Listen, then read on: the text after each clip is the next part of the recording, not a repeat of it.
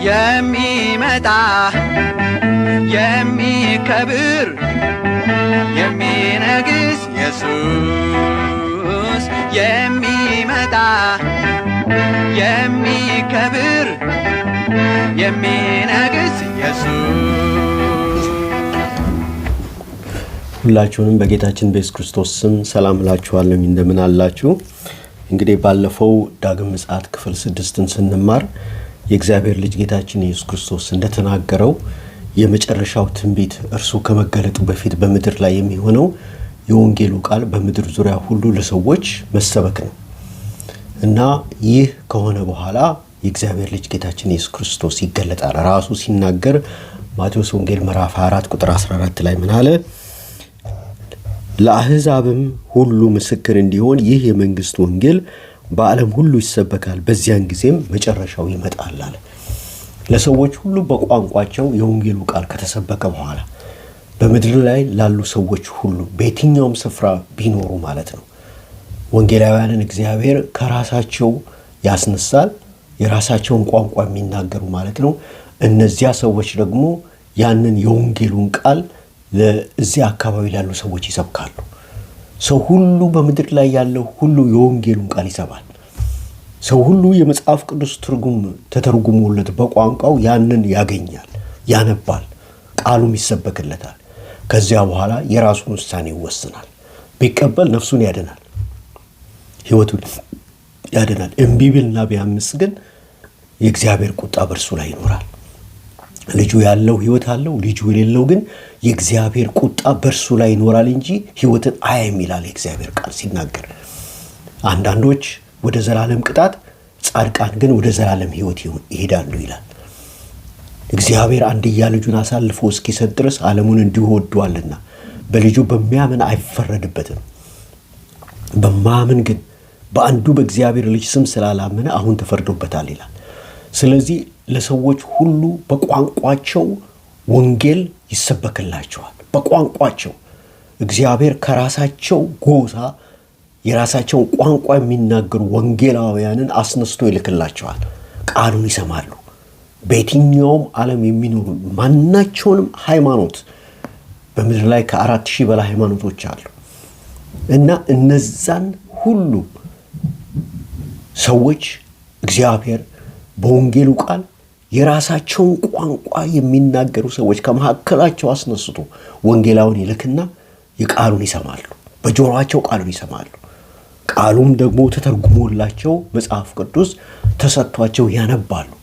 ከዚያ በኋላ የራሳቸው ውሳኔ ወስኑና ያን ጊዜ በምድር ላይ ያለ አንድ የሚቀር ነፍስ እንኳን አይኖርም የወንጌሉን ቃል ሳይሰማ ማለት ነው። ውሳኔውን ለግለሰቡ ነው የሚተውለት። ከዚያ በኋላ ግን ጌታ ኢየሱስ ይገለጣል። ይህ እስከሚሆን ብቻ ነው እንጂ ጌታ እየጠበቀ ያለው ትንቢቶች ተፈጽመው አልቀዋል። ዶክተር ራጀርስ ወደ ጌታ ከመሄዱ በፊት ሲሰብክ ምን አለ? ወደ መጨረሻው ዘመን እየሄድን አይደለም ያለነው፣ የመጨረሻው ዘመን ላይ ደርሰን እንደዚህ ሆሪዞንታሊ እየሄድን ነው ያለነው ብሎ ደግሞ ተናገረ። እንዲሁ ነው በቃ ትንቢቶች ተፈጽመዋል። የቀረ ትንቢት ቢኖር ምንድነው? የዚህ መንግስት ወንጌል በዓለም ሁሉ ይሰበካል፣ ከዚያ መጨረሻ ይሆናል። ይሄ ነው። ይሄንን ደግሞ ለማድረግ ቆራጥ የእግዚአብሔር ሰዎች በአሁኑ ጊዜ ታላቅ ተጋድሎችን እያደረጉ ነው ያሉት። ታላቅ ተጋድሎች በብዙ 100,000 የሚቆጠሩ ወንጌላውያን ቤት ንብረታቸው፣ እናት፣ አባት፣ እህት፣ ወንድም ትተው ልክ አብርሃም ጌታን ታዞ እንደሄደ ማለት ነው የወንጌሉ ቃል ወዳልደረሰባቸው ቦታዎች እየሄዱ የተሰጡ ሰዎች የወንጌሉን ቃል እየሰበኩ ናቸው ያሉት። ታዘው ዋጋቸው ታላቅ ነው በሰማይ። እግዚአብሔር ይመስገን። ሰዎች እንዲያረጉ ናቸው ያሉት። አሁን የወንጌሉን ቃል ሰዎች ሁሉ እንደሰሙ ጌታ ሲያይ ያን ጊዜ ጌታ ይገለጻል። የቀረው ነገር ያ ነው። ብዙ ወንጌል ተሰብኳል። ያልተሰበከላቸው ደግሞ ብዙ ሰዎች አሉ። እነዛ ሁሉ የወንጌሉን ቃል ከሰሙ በኋላ የእግዚአብሔር ልጅ ጌታችን ኢየሱስ ክርስቶስ ይገለጣል። እንግዲህ ማቴዎስ ወንጌል ምዕራፍ 24 ቁጥር 14 ተመረን ነው ያቆም ነው። ለአሕዛብም ሁሉ ምስክር እንዲሆን ይህ የመንግሥት ወንጌል በዓለም ሁሉ ይሰበካል፣ በዚያን ጊዜ መጨረሻ ይሆናል የሚል። ከዚያ በኋላ ደግሞ የሚቀጥለው ዛሬ ክፍል 7 የምንማረው ጌታችን ኢየሱስ ክርስቶስ ከተገለጠ በኋላ በምድር ላይ የሚሆነውንና የሚከሰተውን ወይንም ደግሞ ያን ትራንዚሽን ፔሪድ እንማራለን። ልክ የወንጌሉ ቃል ተሰብኮ እንዳበቃ ጌታ ሊገለጥ ባለበት ሰዓትና ከመገለጡ በፊት ከተገለጠ በኋላ ደግሞ የሚሆነው ነገር ምንድን ነው? እሱን ነው የምንማረው። ጌታ እንዲያስተምረን እንጸልይ። ጌታ እግዚአብሔር ወይ ዛሬ ደግሞ የምንማረውን ትምህርት እግዚአብሔር ወይ ሰጥተናል። በዚህ ትምህርት ውስጥ ደግሞ አፍን አስፋ ሙላዋለሁ ተብሎ እንደተጻፈ እግዚአብሔር ወይ አፌን ሳሰፋ አንተ ደግሞ በቃልህ ሙላኝ። ወገኖችም የልድያን ልብ እንደከፈትክ ቃሉን ያደምጡ ዘንድ ልባቸውን ክፈት። ሰዎች ተሰብስበው የእግዚአብሔርን ቃል ቁጭ ብለው እንዲያደምጡ ደግሞ እዘዝ። እግዚአብሔር ወይ ስለ ሁሉም ተመስገን በጌታ በኢየሱስ ስም። እንግዲህ ወገኖች ወይ ማቴዎስ ወንጌል ምዕራፍ 24ን ሙሉን በምናነብበት ጊዜ በ10 ዋና ዋና ክፍሎች ነው ማቴዎስ ወንጌል ምዕራፍ 24 የተከፈለው።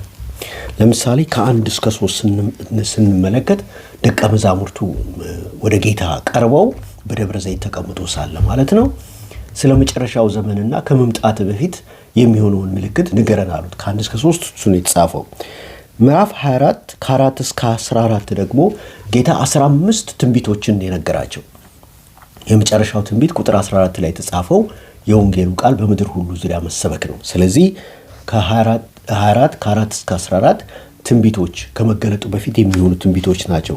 ምዕራፍ 24 ከ15 እስከ 20 ደግሞ ያለውን ክፍል በምናነብበት ሰዓት በእግዚአብሔር ቤተ መቅደስ ውስጥ የጣዖት አምልኮ ወደፊት እንደሚካሄድ ያ እንግዲህ የመጨረሻው ሰዓት ነው ማለት የመንግስት ወንጌል በዓለም ሁሉ ከተሰበከ ሰዎች ሚናቸውን ከለዩ በኋላ የሚከሰተው ነገር አለ። የጣዖት አምልኮ በኢየሩሳሌም ባለችው በተቀደሰች ስፍራ በዚያ ቤተ መቅደስ ውስጥ የጣዖት አምልኮ ይካሄዳል። እግዚአብሔር የሌለበት እግዚአብሔርን ሳይሆን ሌላ ጣዖት አምልኮ ይካሄዳል። ምዕራፍ 24 ከ21 እስከ 22 ደግሞ በምናነብበት ሰዓት የሰባቱ ዓመት መከራ ዘመን የሚጀምርበት ጊዜ ነው። ዛሬ እንግዲህ ከሱ ቀጥሎ ያለውን ነው የምንማረው ማለት ነው። እንደገና ደግሞ ምዕራፍ 5 ቁጥር 5 ከ24 ምዕራፍ 24 ከ23 እስከ 28 ያለውን ደግሞ ስንመለከት በዚህ ውዥንብር ውስጥ ብዙ ሰዎችን ለማሳሳት ሰይጣን ብዙ ሐሰተኛ ክርስቶሶችና ብዙ ሐሰተኛ ነቢያቶችን ይልካል። ያ በጣም የኮንፊውዥን ሰዓት ስለሆነ ማለት ነው። ምዕራፍ 24 ከ29 እስከ 31 ስንመለከት ጌታችን ኢየሱስ ክርስቶስ ሁለተኛ ይገለጻል፣ ለዓለም ሁሉ ይታያል ማለት ነው። ከ32 እስከ 36 ባለው ቦታ ላይ ደግሞ ጌታ ስለ መጨረሻው ዘመን የበለሷን ፍሬ ወይንም የበለሷን ዛፍ ምሳሌ በመጥቀስ ይናገራል። ምዕራፍ 24 ከ37 እስከ 12 ደግሞ ብዙ ሰዎች ስለ መጨረሻው ዘመን ትንቢት የተነገረውን የትንቢቱን ቃል እየተፈጸመ እያዩ ይሄ በቃ በዓለማችን ውስጥ የሚሆን ሩቲን ኢንሲደንት ነው ይላሉ። ድግግሞች ነው። ለምሳሌ ጦርነቱንም ብንወስድ ህዝብ በህዝብ መንግስት በመንግስት ላይ ይነሳል። ቸነፈሩን ምን ሁሉ በቃ አሁን እየሆነ እየተከሰተ ያለውን ከመምጣቱ በፊት ስለ መምጣቱ የሚነገረውን ትንቢት ጌታ ራሱ በአንደበቱ የተናገረውን ያንን እየተመለከቱ ይሄ ሩቲን ኢንሲደንት ነው በማለት ችላ ይሉታል። ከ43 እስከ 44 ባለበት ጊዜ ደግሞ የሌባን ምሳሌ ጌታችን ኢየሱስ ክርስቶስ ያቀርባል። አንድ ሌባ ወደ አንድ ሰው ቤት የሚሄደው በሌሊት ነው ይላቸዋል። ሰዎች ተኝተው ባሉበት ሰዓት ነው የሚሄደው። ሌባ እንዲመጣ ያ ባለቤት እኮ አስቀድሞ ቢያውቅ ኖሮ መከላከያ መሳሪያውን ይዞ ይቆማል ሌባውን ለማባረር። ግን ሰዎች ሁሉ ተኝተው ባሉበት በውድቀተ ሌሊት ነው ሌባ የሚመጣው። የጌታን መምጣት እንደዛ ነው። ስለዚህ ተዘጋጅታችሁ ኑሩ ይላል። ይሄን ምሳሌ በማቅረብ ማለት ነው። የመጨረሻው ምሳሌ ደግሞ ከ45 እስከ 51 እዚሁ ማቴዎስ ወንጌል ምዕራፍ 24 ላይ ታማኝ ስለሆኑ አገልጋዮችና ታማኝ ስላልሆኑ አገልጋዮች ምሳሌ ያቀርባል።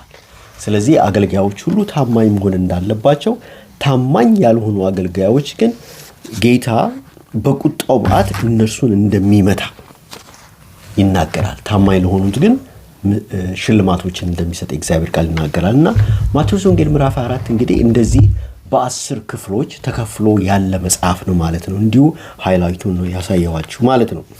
አሁን እንግዲህ ወደ ቆምንበት ክፍል እንሂድ።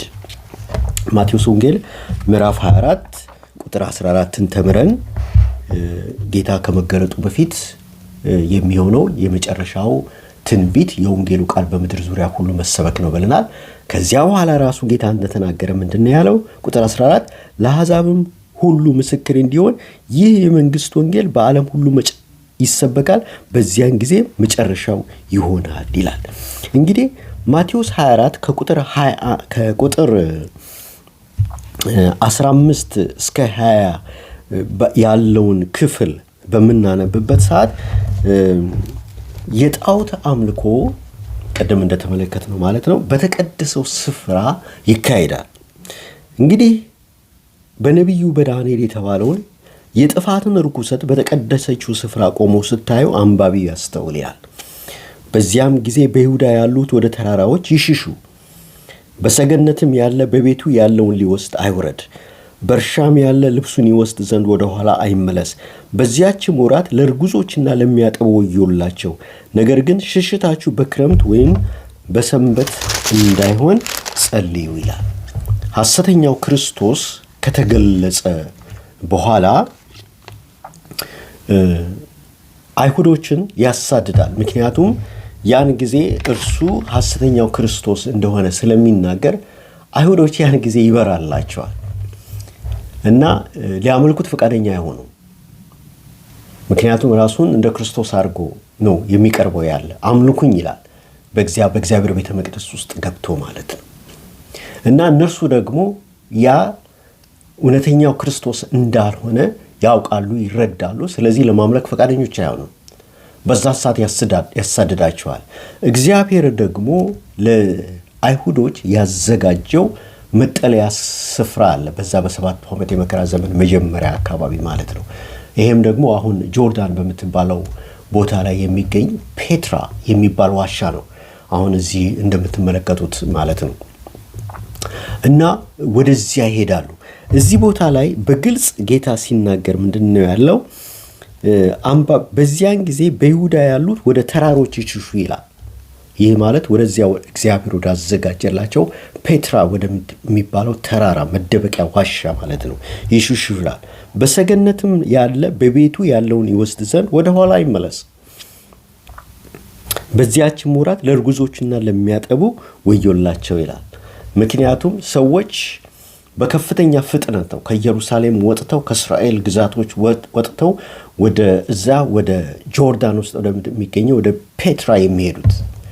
አሁን ለርጉዞችና ለሚያጠቡ ወዮላቸው ሲል እርጉዞች በፍጥነት በመራመድ መሄድ አይችሉም እንደሌላው ሰው። የሚያጠቡ ደግሞ ሰዎችም ደግሞ እንደዛው አቅም የላቸውም። ስለ እነሱ ነው በቃ እግዚአብሔር በዚህ ቦታ ላይ የሚናገረው ማለት ነው።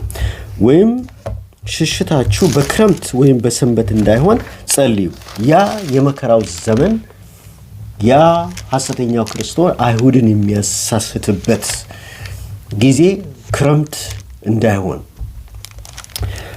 እንዳይሆን ጸልዩ፣ ሰንበትም እንዳይሆን ጸልዩ ይላል።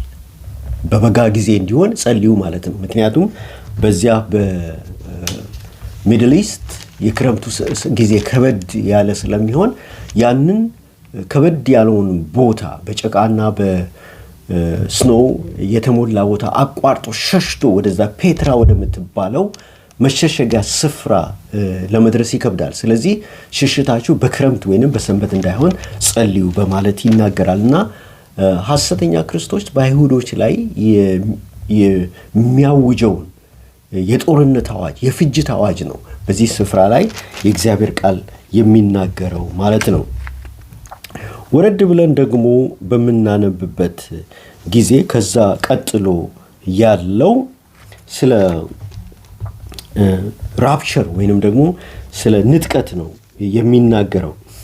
በዚያን ጊዜ ይላል ቁጥር 21 ስናነብ ከዓለም መጀመሪያ ጀምሮ እስከ ዛሬ ድረስ ያልሆነ ከቶም የማይሆን ታላቅ መከራ ይሆናልና ይላል።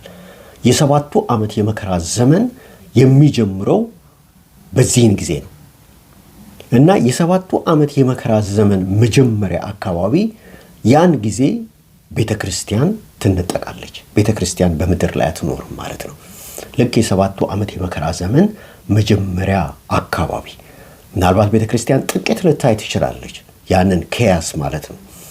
ግን ሙሉ ለሙሉ በሰባቱ ዓመት የመከራ ዘመን ውስጥ ቤተክርስቲያን አትገባ። ያን ጊዜ ንጥቀት ይሆናል።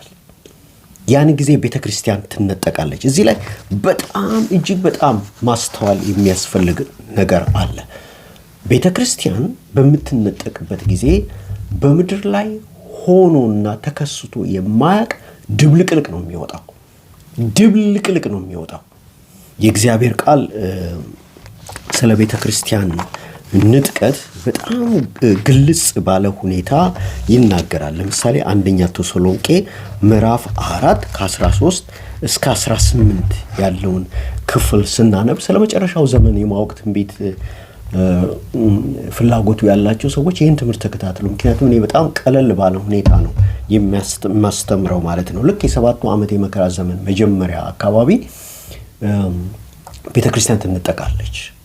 መጀመሪያ አካባቢ ዓለም እጅግ በጣም ውጥንቅጥ በሆነ ድብልቅልቅ ነገር ውስጥ እንደገባ ያን ጊዜ ቤተክርስቲያን ትነጠቃለች እና የቤተክርስቲያን ንጥቀት ደግሞ እንዴት እንደሚሆን ሐዋርያ ጳውሎስ ሲጽፍ አንደኛ ተሰሎንቄ ምዕራፍ 4 ከ13 እስከ 18 ባለው ላይ እንደዚህ ይላል። ነገር ግን ወንድሞች ወይ ተስፋ እንደሌላችሁ እንደሌሎች ደግሞ እንዳታዝኑ አንቀላፍተው ስላሉት ታውቁ ዘንድ እንወዳለን።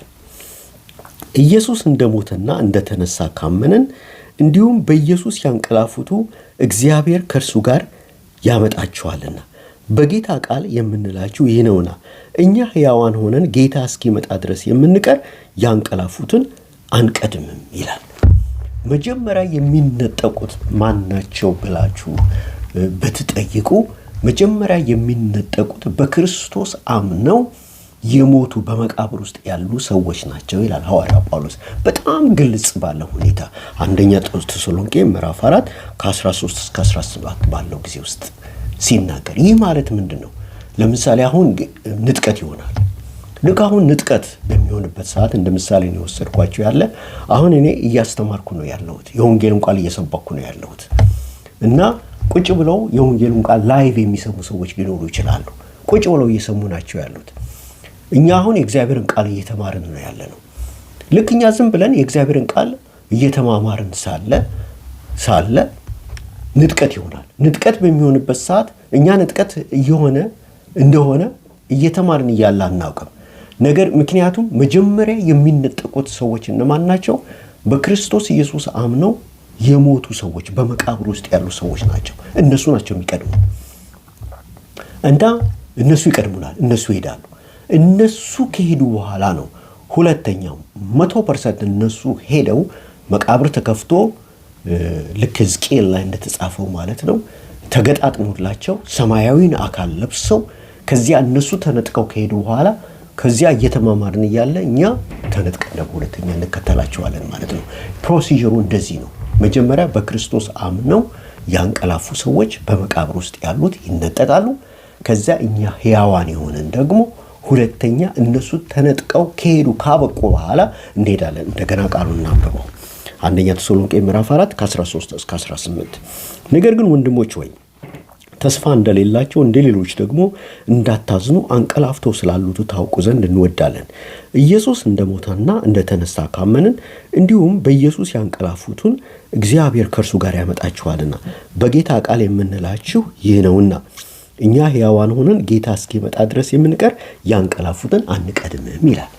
በቃ በክርስቶስ ኢየሱስ ያምነው የሞቱ በመቃብር ውስጥ ያሉ ሰዎች መጀመሪያ ሕያዋን ሆነን ካለን ከኛ የሚቀድሙት እነሱ ናቸው፣ አንቀድምም ይላል ግልጽ ባለ ሁኔታ። ጌታ ራሱ በትእዛዝ በመላእክት ማለቃ ድምፅ በእግዚአብሔር መለከት ከሰማይ ይወርዳልና በክርስቶስ የሞቱ አስቀድመው ይነሳሉ። ግልጽ ባለ መንገድ በክርስቶስ ኢየሱስ የሞቱ አስቀድመው ይነሳሉ። ከዚያም በኋላ እኛ ሕያዋን ሆነን የምንቀረው ጌታን በአየር ለመቀበል ከእነርሱ ጋር በደመና እንነጠቃለን። እኛ ሁለተኛ ነው የምንነጠቀው። እንዲሁም ሁል ጊዜ ከጌታ ጋር እንሆናለን። ስለዚህ እርስ በርሳችሁ በዚህ ቃል ተጽናኑ ይላል።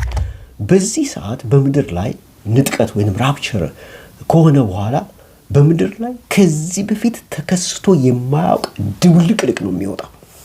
ምክንያቱም በቢሊየን የሚቆጠሩ ሰዎች ከመቅጽበት ከምድር ይጠፋሉ። ከመቅጽበት ከምድር ይጠፋሉ። ለምሳሌ አይሮፕላን የሚያበራው ሰው ፓይለቱ በጌታ የሚያምን ሰው ነው።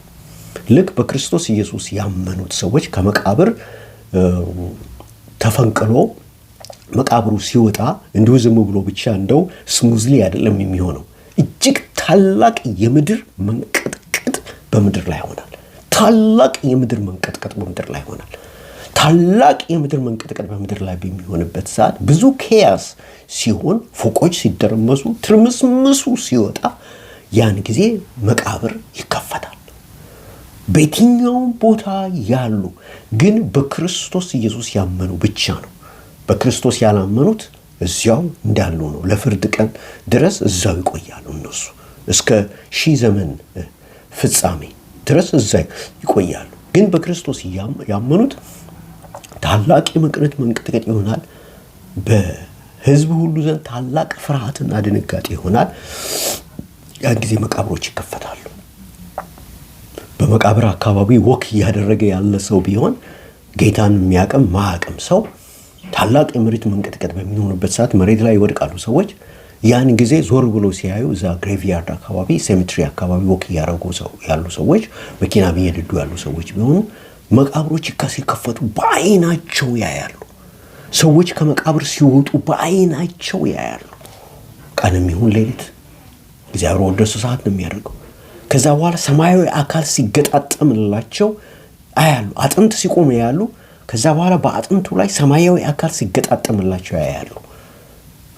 ከዚያ በኋላ መላእክት ለእያንዳንዳቸው ልብስ ያለብሷቸዋል። ለእያንዳንዳቸው ሰማያዊ ልብስ፣ ነጭ ልብስ፣ ሰማያዊ ልብስ ለእያንዳንዳቸው መላእክት እንዳለ ነው የሚወርዱት። ቅዱሳን መላእክት የት ቦታ የትኛው እንደሚነሳ እግዚአብሔር ገልጾላቸው ያውቃሉ። ልብስ ያለብሷቸዋል። ሁሉም ተነስተው ካለቁ በኋላ ፒው ፒው ፒው እያሉ ይነጠቃሉ። እና በምድር ላይ ተከስቶ የማያውቅ እጅግ ታላቅ ፍርሃትና ድንጋጤ ነው በዛ ሰዓት ላይ የሚሆነው። ታላቅ ፍርሃትና ድንጋጤ። ለምሳሌ ፓይለቱ ክርስቲያን ነው ይሆናል። ልክ እነሱ ካበቁ በኋላ ሕያዋን የሆንን እኛ ደግሞ ከነሱ በመቃብር ውስጥ የነበሩት በክርስቶስ ኢየሱስ አምነው ያንቀላፉ የነበሩት እነሱ ተገጣጥሞላቸው ከሄዱ በኋላ እኛ ደግሞ ሁለተኛ ደግሞ እንነጠቃለን። እኔ ያስተማርኩ ነው ያለሁት የለሁም። ልብሴ ጨርቄ እዚህ መሬት ይወድቃል። እንዲሁም ደግሞ እናንተ የምትሰሙ ሰዎች በዚህ ሰዓት የወንጌልን ቃል እየሰማችሁ ናቸው ያሉት። እነሱ በመቃብር የነበሩት ተነስተው ወደ ጌታ ከሄዱ በኋላ እናንተ ደግሞ ትነጠቃላችሁ። በአንድ ቤት ውስጥ አንዱ ይወሰዳል፣ ሌላው ይቀራል ነው የሚለው የእግዚአብሔር ቃል ሲናገር። ለምሳሌ ፓይለቱ ክርስቲያን ነው። ፓይለት እያበረረ ነው ያለው፣ ሰዎችን እያመጣ ነው ያለው። በአየር ላይ ናቸው ያሉት። እሱ ተነጠቀ፣ ፓይለት ተነጠቀ። ፕሌን ያለ ፓይለት ይቀራል። እነዚያ ሰዎች ያልተነጠቁት ማለት ነው በክርስቶስ ያመኑ ሰዎች ካልሆኑ ይጠፋሉ። መርከብም እንዲሁ ያለ መሪ ይቀራል። አውቶቡስ ሹፌሩም ይነጠቃል፣ ሌሎች ይቀራሉ። አስተማሪው እያስተማረ ሳለ በክፍል ውስጥ ሌክቸር እየሰጠ ሳለ ይነጠቃል። ከተማሪዎች መካከል ይነጠቃሉ። ዜና አንባቢዋ በሲኤንኤን የሚሆን በምንም ኢንተርናሽናል ኒውስ እያነበበች ወይም ሎካል ኒውስ እያነበበች ሳለች ትነጠቃለች። ግራ ይጋባሉ ካሜራ ሰዎቹ። ካሜራማኑ ይነጠቃል። ካሜራው እዛ ነው ያለው፣ ልብሱ እዛ ነው ያለው። ምድር ቀውስ ቀውስ ቀውስ ነው የምትወደው። በኬያስ ነው የምትሞላው። ድብልቅ ቋንቋ ነው የሚወጣው። ከዛ በኋላ ሲኒን ሰዎች ይነሳሉ። ባልታወቀ ምክንያት በዚህ ሀገር ውስጥ 100 ሚሊዮን ሰዎች ተነጠቁ። በዚህ ሰው 50 ሚሊዮን ተነጠቁ። በአጠቃላይ የዓለም ስታቲስቲክስ መረጃዎች ደርሶናል። 2 ቢሊዮን 3 ቢሊዮን ሰዎች ተነጠቁ። የት እንደገቡ ግን የሚያውቅ የለም። ርሶቻቸው ግን በምድር ላይ ናቸው ያሉት። ፈላጊዎች ወጥተው እየፈለጉ ናቸው ያሉት፣ ሊያገኟቸው ግን አልቻሉም። ከቁጥር ብዛት የተነሳ ፈላጊዎች የት ቦታ እነማን እንደጠፉ እንኳን ለማወቅ ከበድ ይላል። ነገር ግን ይህን ያህል ግምት በቢሊዮን የሚቆጠረው ህዝብ እንደጠፋ መረጃዎች ደርሰውናል። ድብልቅልቁ ይሆናል። የሀገር ፕሬዚዳንት፣ የሀገር ጠቅላይ ሚኒስትር፣ የሀገር ጄኔራሎች ጌታን የሚያውቁ ከሆኑ ይወሰዳሉ። ሀገር ያለ መሪ ትቀራለች። ህዝብ ይወሰዳል። ሀገር ያለ ህዝብ ትቀራለች፣ ባዶ ይሆናል። በምድር ላይ ሆኖ የማያውቅ ኬያስ ድብልቅልቅ ነገር ነው የሚሆነው። ሰዎች በፍርሃትና በድንጋጤ ይሞላሉ። ጭንቅ ነው የሚሆነው። በቃ ንጥቀት በሆነ ጊዜ ምድር እንደዚህ ትሆናለች። ያን ጊዜ ሐሰተኛው ክርስቶስ ይገለጻል። ከዚህ በኋላ በዩናይትድ ኔሽን ውስጥ አስቸኳይ ስብሰባ ይካሄዳል። ሰዎች ሁሉ ይመጣሉ ወደ ኒውዮርክ። የሀገር መሪዎች የተረፉት ያልተነጠቁት ማለት ነው ይመጡና ስብሰባ ይካሄዳል። እና በዚያ ስብሰባ ወቅት ሐሰተኛው ክርስቶስ የሚያቀርባቸው መፍትሄ አለኝ ብሎ ይቀርባል። ሐሰተኛው ክርስቶስ እና እነዚህን በምድር ላይ በአሁኑ ሰዓት እየተከሰቱ ያሉ ነገሮች ለምሳሌ ብዙ ነገሮች ይሆናሉ። ብዙ ነገሮች ይሆናሉ። ፖለቲካል ክራይሲስ ይኖራል። እንደገና ደግሞ ኢኮኖሚክ ክራይሲስ ይኖራል። ሴኩሪቲ ክራይሲስ ይኖራል። ናቹራል ዲዛስተር አለ፣ ፕሌግስ አለ፣ ፓንደሚክ አለ፣ ፋሚን አለ። በምድር ላይ ድብልቅልቁ ነው የሚወጣው። በቃ ድብልቅልቁ ነው የሚወጣው። በቢሊዮን የሚቆጠሩ ሰዎች ስለተወሰዱ ማለት ነው። እና ጦር አለ። መንግስት ከመንግስት ህዝብ ላይ ይነሳል። በቃ ህገወጥነት፣ ስርዓት አልበኝነት በምድር ላይ ይከሰታል። በዚህን ጊዜ የሀገር መሪዎች አስቸኳይ ስብሰባዊና ትንሽ ይመጡና ይሰበሰባሉ። የሀገር መሪዎች ማለት ነው። በፊታቸው በሁሉም ላይ ፍርሃትና ድንጋጤ፣ መረበሽ፣ ከዚህ ጭንቅ እንዴት ነው የምንወጣው? ማን መፍትሄ ያለው ይላሉ። ከዛ አሁን ሐሰተኛው ክርስቶስ ራሱን የሚገልጽበት ጊዜ ነው እንግዲህ እና መፍትሄ አለኝ ይላቸዋል። በመጀመሪያ ደረጃ ችግሩ ይሄ ነው እና ችግሮችን ያቀርባል። ለምሳሌ ከሚያቀርባቸው ችግሮች መካከል ይህ ችግር የተከሰተው አንድ ወጥ ዓለም አቀፍ ሃይማኖት ባለመኖሩ ነው ይላል። የሃይማኖት ግጭቶች ሊኖሩ ይችላሉ፣ ባለመኖሩ ነው። ስለዚህ ዋን ወርልድ ሪሊጅን ወይንም አንድ ወጥ የሆነ ሃይማኖት ያስፈልገናል ይላሉ። ይሰሙታል። ከዛ በኋላ ደግሞ አንድ ዓለም አቀፍ የሆነ አመራር ባለመኖሩ ነው። እያንዳንዱ ሀገር የራሱ አመራር ነው ያለው። ይሄ ትክክል አይደለም፣ በቃ ጊዜው ያለፈበት ነው። ስለዚህ ዋን ወርልድ ኦርደር፣ አንድ ወጥ የሆነ አመራር ሊኖር ይገባል ይላቸዋል። ይሰሙታል። እንደገና ደግሞ የሰዎች አይደንቲቲ በዓለም አቀፍ ደረጃ አንድ ወጥ በሆነ ሁኔታ ቁጥጥር የለውም ይላቸዋል። በዚህ ምክንያት ነው በቃ ወንጀሎች የተስፋፉት። ስለዚህ ይሄንን ለመቆጣጠር አንድ ወጥ የሆነ ሲስተም ሊኖር ይገባል ይላቸዋል። እችን መታወቂያ 666 የምትለዋን ቺፕስ በሰዎች ግንባርና ቀኝ እጅ ላይ ለመቅበር ስለሚፈልግ ነው ይላቸዋል። ይቀበሉታል። ምክንያቱም የዓለም መሪዎች የሚፈልጉት በዛ ሰዓት መፍትሄ ያለውን ሰው ነው እና መፍትሄ ይዞ የመጣ ስለሚመስላቸው ይቀበሉታል፣ ያምኑታል፣ ይቀበሉታል። አሁን ሐሰተኛው ክርስቶስ ይሄንን ሙሉን ዓለምን የመምራትን ኃላፊነት የሚወስደው የሰባቱ ዓመት የመከራ ዘመን ከጀመረ ግማሹ ላይ ነው። ወይንም ደግሞ 3 ዓመት ከ6 ወር ዓለም ውጥንቅጥ በሆነ ሁኔታ ነው የምታሳልፈው። በዚህ ጊዜ ውስጥ 3ኛው የዓለም ጦርነት ይነሳል። በዚህ ጊዜ ውስጥ ብዙ ሀገሮች ተሰብስበው እስራኤልን ለመውጋት ሁሉ የሚነሱበት የአርማጌዶን ጦርነት የሚባለው የሚከሰተው በዚህ ጊዜ ነው እና እነዚያን ሁሉ ማስቀረት እችላለሁ፣ መፍትሄ አለኝ፣ ጦርነትንም ማስቀረት እችላለሁ። ጦርነት የሚካሄደው አንድ ወጥ የሆነ ዋን ወርልድ ኦርደር ባለመኖር ነው ይላቸዋል። እና ዋን ወርልድ ሪሊጅን ደግሞ ስለሌለ ነው አሁን ይሄ ሁሉ ጦርነት የመጣው ይላቸዋል። ስለዚህ አንድ ወጥ ሃይማኖትና አንድ አመራር ይሄንን ችግሮች ሁሉ ይቀርፋል ብሎ ይነግራቸዋል። በዩናይትድ ኔሽንስ ስብሰባ ላይ ይቀበሉታል። እና ይሄንን ለማስተካከል 3 ዓመት ከ6 ወር ነው የሚፈጅበት። ልክ 3 ዓመት ከ6 ወር የ7 ዓመት የመከራ ዘመን ጀምሮ 3 ዓመት ከ6 ወር ዓለም ውጥንቅጥ በሆነ ሁኔታ እያሳለፈች ባለበት ሰዓት የዓለም መሪዎች ሁሉ ተሰብስበው ተስማምተው የዓለምን የመሪነት ስልጣን ለሐሰተኛው ክርስቶስ ይሰጡታል። ሐሰተኛው ክርስቶስ ሙሉ ለሙሉ አጀንዳ የሚሰጠውና ሙሉ ለሙሉ ውክልናው ለሉሲፌር ነው፣ ለሰይጣን ነው። በቃ ለሉሲፌር ተወካይ ነው። እንደገና ደግሞ ስፖክስ ፐርሰን አለው። ያ ስፖክስ ፐርሰን ደግሞ ሐሰተኛው ነቢይ ነው። ሐሰተኛው ነቢይ ብዙ ተአምራቶችን ያደርጋል። የዓለም መሪዎችን ለማሳሳት ከሰማይ እሳት ሁሉ ያወርዳል። ዝናብ እንዲዘንብ እንኳን ማድረግ ይችላል። ዝናብ እንዳይዘንብም ማድረግ ይችላል። ተአምራቶችን ሰው ከዚህ በፊት በአይኖቹ አይቶ የማያውቀውን ተአምራቶችን ሁሉ ያደርጋል። ዲያብሎስ የመጨረሻ ሰይጣናዊ ዕውቀቱን በምድር ላይ በሐሰተኛው ክርስቶስና በሐሰተኛው ነቢይ ምክንያት ያወጣል። ምክንያቱም የቀረችው ዘመን 3 ዓመት ከ6 ወር ብቻ ስለሆነች ማለት ነው። እና በዚህ ጊዜ ውስጥ ነው እንግዲህ በዮሐንስ ወንጌል ምዕራፍ 14 ላይ እንደተጻፈው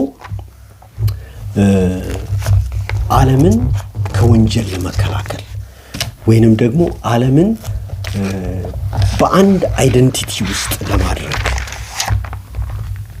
ይበጃል በማለት የ666 ሐሳብ የሚያቀርበውና ዓለም ሁሉ የሚቀበለው ያኔ ነው።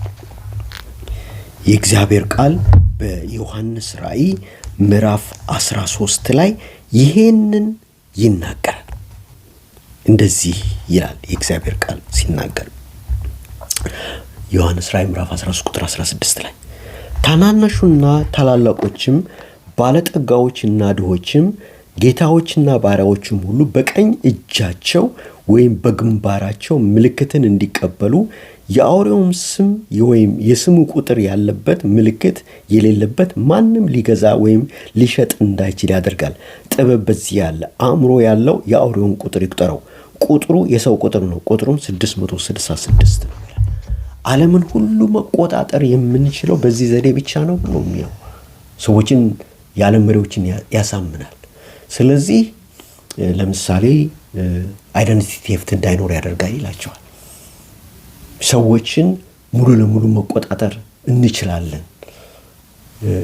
ከአንድ ቦታ አንድ ሰው ተነስቶ ወደ ሌላው ቦታ ዝም ብሎ መሄድ አይችልም። ወደ የት ቦታ እንደሚሄድ የሰውየውን ሙቭመንት፣ እንቅስቃሴ፣ ትራቨል ሂስትሪውን ሁሉም መቆጣጠር እንችላለን። ስለዚህ እያንዳንዱ ሰው ይሄ ክሬዲት ካርድ ይዞ ቢሄድ ያ ክሬዲት ካርድ ሊሰረቅበት ይችላል። እና ይህንን አይደንቲቲ ቴፍት ለመቆጣጠር እንደ ዓለምን ሙሉ ለሙሉ በቃ የሰዎችን ሂስትሪ ለማወቅ ሙሉ ለሙሉ በቁጥጥራችን ስር ለማድረግ የግዴታ ዘመናዊ የሆነ መታወቂያ ማዘጋጀት አለብን። ድራይቨር ላይሰንስ በኪስ ተሸክሞ መሄድ አይገባም። ፓስፖርት በኪስ ተሸክሞ መሄድ አይገባም። ስለዚህ ልዩ መታወቂያ ማዘጋጀት አለብን ብሎ ያሳምናቸዋል። እነሱም ይቀበሉታል። ከዛ በኋላ ቺፕስ፣ የተዘጋጀ ቺፕስ አለ። ኦልሬዲ ጌታ መንፈስ ቅዱስ ስለከለከለው እንጂ ቴክኖሎጂው አለ። ሁሉ ነገር ቺፕሱም ሁሉ ተዘጋጅቶ ተቀምጧል። እና ይሄ ቺፕስ ምንድነው? በሰዎች ግንባር ላይ ይቀበራል። ምንም የሚጎዳ አይደለም። ኤክስትሪምሊ ስሞል የሆነ ኮምፒውተር ቺፕስ ነው። ኤክስትሪምሊ ስሞል የሆነ ነገር ግን የዛን ሰው ሂስትሪ በአጠቃላይ የድራይቨር ላይሰንሱን፣ ፓስፖርት ነምበሩን፣ ሜዲካል ሂስትሪውን፣ የባንክ አካውንቱን ጠቅላላው የሰውየውን ሂስትሪ ምናልባት በ100,000 ፔጅ የሚቆጠር መያዝ የሚችል ቺፕስ ተሰርቶ አልቋል። እና አሁን መታወቂያ ለማውጣት በሚሄዱበት ጊዜ ያኔ ቤተክርስቲያን ተነጥቃ ሄዳለች። ሰዎች የሚጠየቁት ምንድነው? ያንን ቺፕስ በግንባርህ ላይ ወይንም ደግሞ በቀኝ እጅ ላይ መቀበር አለበት ይሉታል። እና ፈቃደኛ ያልሆነ ሰው ለምን $100 ሚሊዮን ባንክ ውስጥ አይኖርም? ቢሊየን ትሪሊየን $1 አይሆንም። ባንክ ሄዶ ያንን ቺፕስ ስካን ካላደረገ በስተቀር ሪኮግናይዝ አያደርገውም በዛ ቦታ ላይ ያለው መሽን። ስለዚህ ገንዘቡን ማውጣት አይችልም። ልክ አሁን ሄደን በካርዳችን አይደለ ቤቴም መሽን የምናወጣው፣ ያኔ ግን እንደዛ አይደለም የሚሆነው። ወይ በግንባሩን ይሰጠዋል፣ ግንባሩ ላይ ቺፕሱ ከተቀበረለት ያ 666 የሚለው ቺፕስ ከተቀበረለት ገንዘቡን ያወጣል፣ ወይንም ደግሞ ቀኝ እጁን ይሰጠዋል። በዚህ ዓለምን በቁጥጥሩ ስር ለማድረግ ሐሰተኛው ክርስቶስ ያዘጋጀው ፕላን አለ። ይሄንን አንቀበልም የሚሉ እነማን ናቸው ብላችሁ በተጠይቁ በዚያን ጊዜ ንጥቀት ያመለጣቸው ሰዎች ናቸው። ንጥቀት ያመለጣቸው ሰዎች ናቸው። ይህንን ማቴዎስ ወንጌል ምዕራፍ 24 ላይ በግልጽ የእግዚአብሔር ልጅ ጌታችን ኢየሱስ ክርስቶስ ሲናገር ምን ይላል?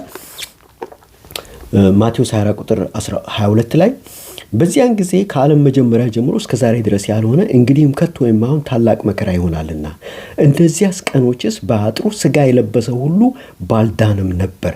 ነገር ግን እነዚያ ቀኖች ስለተመረጡት ሰዎች ያጥራሉ ይላል። የተመረጡት ሰዎች እነማን ናቸው? መጽሐፍ ቅዱስ የሚናገረው እግዚአብሔር ስለነዛ ሰዎች ግድ ብሎ ያንን የመከራ ዘመን በ7 ዓመት ብቻ አደረገው። ያ የመከራ ዘመን በ7 ዓመት ብቻ ባያጥር ኖሮ በምድር ላይ የሚተርፍ ሰው አይኖርም ነበር አለ።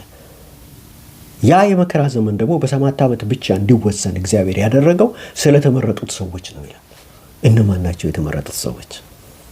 እግዚአብሔር ግድ ያለው ያን የመከራ ዘመን እንዳያልፍና እንዳይረዝምና በምድር ያሉ ሰዎች ሁሉ እንዳያልቁ ስለነዛ ስለተመረጡት ሰዎች ሲባል እግዚአብሔር ያንን የመከራ ዘመን አሳጠረው ይላል። እነዛ የተመረጡት ሰዎች እነማን ናቸው? እነዛ የተመረጡት ሰዎች አንደኛ ንጥቀቱ ያመለጣቸው በድካም ውስጥ የነበሩ ጌታን ደስ የማያሰኝ ሕይወት የነበራቸው ሰዎች እነሱን ስለተመረጡት ሰዎች የሚለው ማቴዎስ ወንጌል ምዕራፍ 25 በምናነብበት ሰዓት ስለ 10 ቆነጃጅት የእግዚአብሔር ቃል ይናገራል። 5ቱ ጎበዞች ቆነጃጅት ናቸው፣ መቅረዛቸው በዘይት የተሞላ ነው። 5ቱ ግን ሰነፎች ቆነጃጅት ይላቸዋል። ቆነጃጅት ብሎ የሚጠራው ቤተክርስቲያንን ነው። ቤተክርስቲያን ነው። እነዚህ 5ቱ ሰነፍ ቆነጃጅት ደግሞ በመቅረዛቸው ውስጥ መቅረዝ ይዘዋል። መቅረዝ የክርስቶስ ማደሪያ የሆነው ሰውነታችን ነው። በውስጣቸው ግን ዘይቱ አልቋል። ሕይወታቸው የተቀደሰ አይደለም። እንደ እግዚአብሔር ቃል ሕይወታቸውን አይመሩም። እግዚአብሔርን የሚያሳዝን ሕይወት ነው ያላቸው። ስለዚህ ንጥቀት በሚሆንበት ጊዜ ሙታንና ሕያዋን ተነጥቀው ወደ ጌታ ሲሄዱ እነዚህ እንደ 5ቱ ሰነፎች ቆነጃጀት ሕይወታቸው ያልተስተካከለ ጌታን የማያስደስት ግን የሚያሳዝን ሕይወት የነበራቸው ስለሆነበረ ንጥቀቱ ያመልጣቸዋል። እነሱ ይቀራሉ። እነሱ ናቸው በመጀመሪያ ደረጃ በቢሊዮን የሚቆጠር ሰው በዓለም አቀፍ ደረጃ ጠፋ የሚለውን ሲኤንኤን ወይንም ኢንተርናሽናል ቢቢሲ ኒውስ ላይ ወይንም ሮይተርስ ላይ ወይንም አልጃዚራ ላይ ሲመለከቱ ንጥቀት እንደሆነ የሚገባቸው እነሱ ናቸው። ፓስተሮቻቸው ጋር ይደውላሉ፣ ወደ ቤተ ክርስቲያን ይሮጣሉ። ቤተ ክርስቲያን ባዶ ነች። ወደ እሑድ ፕሮግራም ይሄዳሉ፣ በእሑድ ፕሮግራም ባዶ ነው።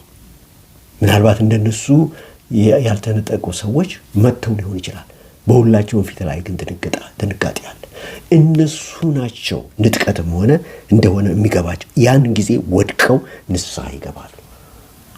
ቆነጃጅት ብሎ ጎበዛዝትና ሰነፎች ቆነጃጅት ብሎ የሚጠራው መጽሐፍ ቅዱስ እነሱን ነው።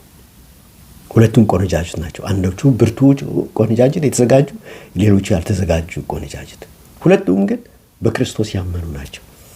እነዚህ ግን በኃጢአት ውስጥ ናቸው ያሉት፣ በድካም ውስጥ ነው ያሉት፣ ግን ቆነጃጅት ናቸው።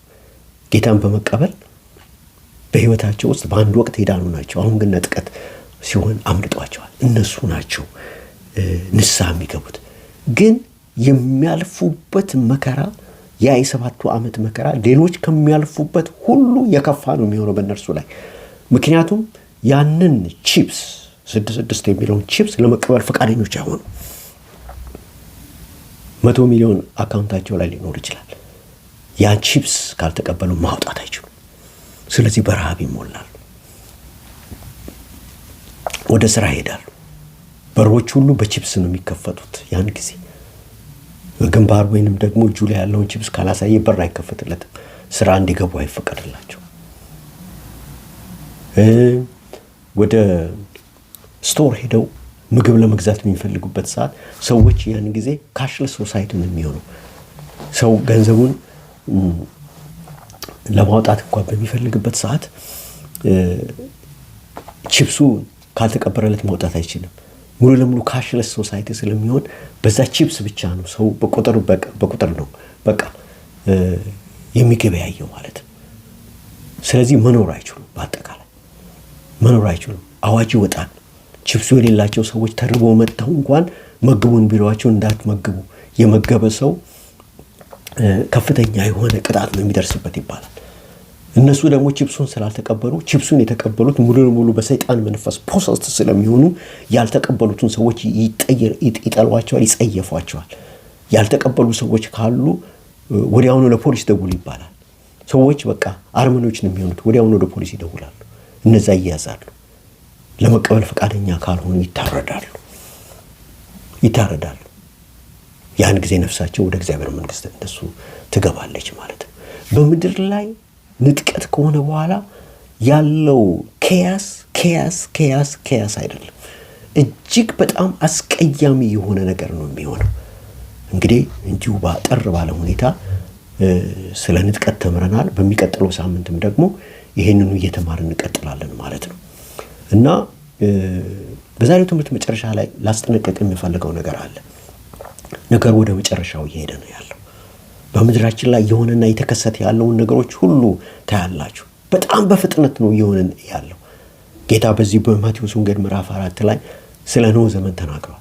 በኖህ ዘመን ያሉ ሰዎች ይጋቡ ነበር፣ ያጋቡ ነበር። ነገር ግን የጥፋት ውሃ እንደደረሰ አላወቁም። ስለ ሌባውም ተናግሯል። ሌባ በሌሊት ይመጣል። ባለቤቱ ሌባ እየመጣ እንዳለ ቢያቅ ኖሮ ተነስቶ በጠበቀው ባልተዘረፈ ነበር። ነገር ግን ሌባ ሰዎች ሁሉ በተኙበት ሰዓት ነው የሚመጣው። የሰው ልጅ መምጣት እንደዚህ ነው ይላል። ስለዚህ ያልተዘጋጀን ሰዎች ካለን እንዘጋጅ።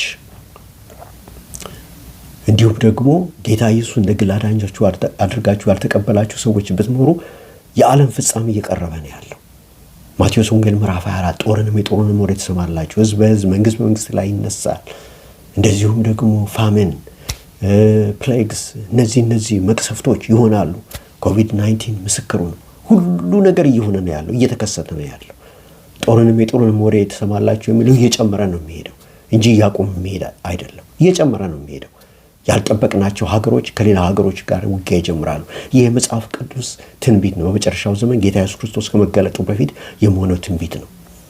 ስለዚህ እነዚህ ሁሉ ትንቢቶች በሚሆኑበት ሰዓት ጌታ የመገለጥ ሰዓት ቀርቧል ማለት ነው። ራፕቸር ወይንም ንጥቀት ሊሆን ቀርቧል። ከዚያ በኋላ ደግሞ ምድር በከፋ መከራ ውስጥ በ7 ዓመት የመከራ ዘመን ውስጥ ነው የምታልፈው። ሰዎች ያንን ቺፕስ በግንባራቸው በቀኝ እጃቸው ላይ 6 ኮድ ያለበት እንዲቀበሉ ይገደዳሉ። ካለበለዚያ መኖር አይችሉም። ከዚያ ግን ማምለጥ የሚቻልበት መንገድ አለ። ዮሐንስ ወንጌል ምዕራፍ 14 ቁጥር 6 ሲናገር ጌታ እኔ መንገድ እውነትም ነኝ ሕይወትም ነኝ፣ በእኔ በቀር ወደ አብ የሚመጣ የለም አለ። ወደ እግዚአብሔር መንግስት መግቢያው መንገድ አንድ ነው። 2 መንገድ የለም፣ አንድ መንገድ ነው። እርሱም ለእኛ ሲል በቀራንዮ መስቀል ላይ የተሰቀለው ጌታ ኢየሱስ ክርስቶስ ብቻ ነው። ከክርስቶስ ኢየሱስ ውጭ ወደ እግዚአብሔር መንግስት መግቢያ መንገድ የለም። አትሞኙ ሰዎች፣ መግቢያ መንገዱ አንድ ነው። እርሱም የእግዚአብሔር ልጅ ጌታችን ኢየሱስ ክርስቶስ ብቻ ነው። ስለዚህ ከእግዚአብሔር ዘላለማዊ ቁጣ መዳን የሚፈልግ የሰው ልጅ ካለ እነሆ የመዳን ቀን አሁን ነው፣ የመዳን ሰዓት አሁን ነው ይላል 2ኛ ቆሮንቶስ ምዕራፍ 6 ቁጥር 2 የእግዚአብሔር ቃል ሲናገር አሁን ነው፣ ሰዓቱ አሁን ነው። የወንጌሉ ቃል ሲሰበክ በየትኛውም ቦታ ታላላቅ የእግዚአብሔር ሰዎች የወንጌሉን ቃል ይሰብካሉ። በቤተ ክርስቲያን ይሰበካል፣ በመንገድ ላይ ይሰበካል፣ በትራክት ይሰበካል፣ እንደዚህ በዩቲዩብ ይሰበካል፣ በኢንተርኔት ይሰበካል፣ በቴሌቪዥን ይሰበካል። እግዚአብሔር ከምሕረቱ ብዛት የተነሳ ነው በብዙ 100,000 እና ሚሊዮን የሚቆጠሩ ሰዎችን አስነስቶ በተለያየ ዓለም ለሚኖሩ ሰዎች በየቋንቋቸው ወንጌልን ቃል የሚሰብክ። ይህ ሰዓት ግን የሚያበቃበት ጊዜ አለ። ከዚያ በኋላ ልክ ለአምስቱ ቆነጃጀት ሰነፎቹ ቆነጃጀት በሮች እንደተዘጋ እንደዚሁ ደግሞ የምሕረት ጊዜው ደግሞ ይዘጋል። ያ ከመሆኑ በፊት ግን እነሆ የመዳን ቀን አሁን ነው፣ እነሆ የመዳን ሰዓት አሁን ነው ይላል እግዚአብሔር ቃል። ልባችሁን ከፍታችሁ ጌታ ኢየሱስ እንደ ግል አዳኛችሁ አድርጋችሁ ተቀበሉ። አቅራቢያችሁ ወዳለው ቤተ ክርስቲያን ሂዱ። በዛ ወንጌል ሲሰበክ ልባችሁን ክፈቱ። ጌታን ለመቀበል የምትፈልጉ ሰዎች ካላችሁ ተነሱ ስትባሉ ተነሱ፣ ወደፊት ነው ስትባሉ አትፈሩ፣ ወደፊት ሂዱ፣ ጌታን ተቀበሉ። የክትትል ትምህርት ተማሩ፣ የውሃ ጥምቀት ውሰዱ። ከሚመጣው ከእግዚአብሔር ቁጣ ዳኑ። ይሄ የመጨረሻው ዘመን መልእክት ነው። ልጁ ያለው ሕይወት አለው፣ ልጁ የሌለው ግን የእግዚአብሔር ቁጣ በእርሱ ላይ ይኖራል እንጂ ሕይወትን አያይም ይላል ዮሐንስ ወንጌል ምዕራፍ 3 ከ36 ላይ። ኢየሱስ ከሌላችሁ የእግዚአብሔር ቁጣ ነው በእናንተ ላይ የሚኖረው። ይህም ደግሞ የሲኦል ቁጣ ነው፣ የዘላለም የእሳት ባህር ቁጣ ነው። የእሳት ባህር የተዘጋጀው ለሰው ልጅ አልነበረም፣ ለዲያብሎስና ለተከታዮቹ የጨለማ ገዢ መላእክት ነው በእግዚአብሔር ላይ ስላመፁ። ነገር ግን እርሱን ተከትሎ ወደ ሲኦል መውረድ የሚፈልጉ ሰዎች ልባችን ያዝናል፣ እግዚአብሔርም ያዝናል። ስለዚህ የምሕረቱን እጅ ዘርግቶ በልጁ በክርስቶስ ኢየሱስ በኩል እግዚአብሔር ይጠራችኋል። ጌታን ያልተቀበላችሁ ሰዎች እነሆ የመዳን ቀን አሁን ነው፣ የመዳን ሰዓት አሁን ነው። ጌታ ኢየሱስ እንደ ግል አዳኛችሁ አድርጋችሁ ተቀበሉ። ከሚመጣው ከእግዚአብሔር ዘላለም ቁጣ ዳኑ። የሚቀጥለው ሳምንት ክፍል 8 እንማራለን። ከዚህ በመቀጠል ጌታ ኢየሱስ ክርስቶስ ይባርካችሁ። በጣም ወዳችኋለሁ።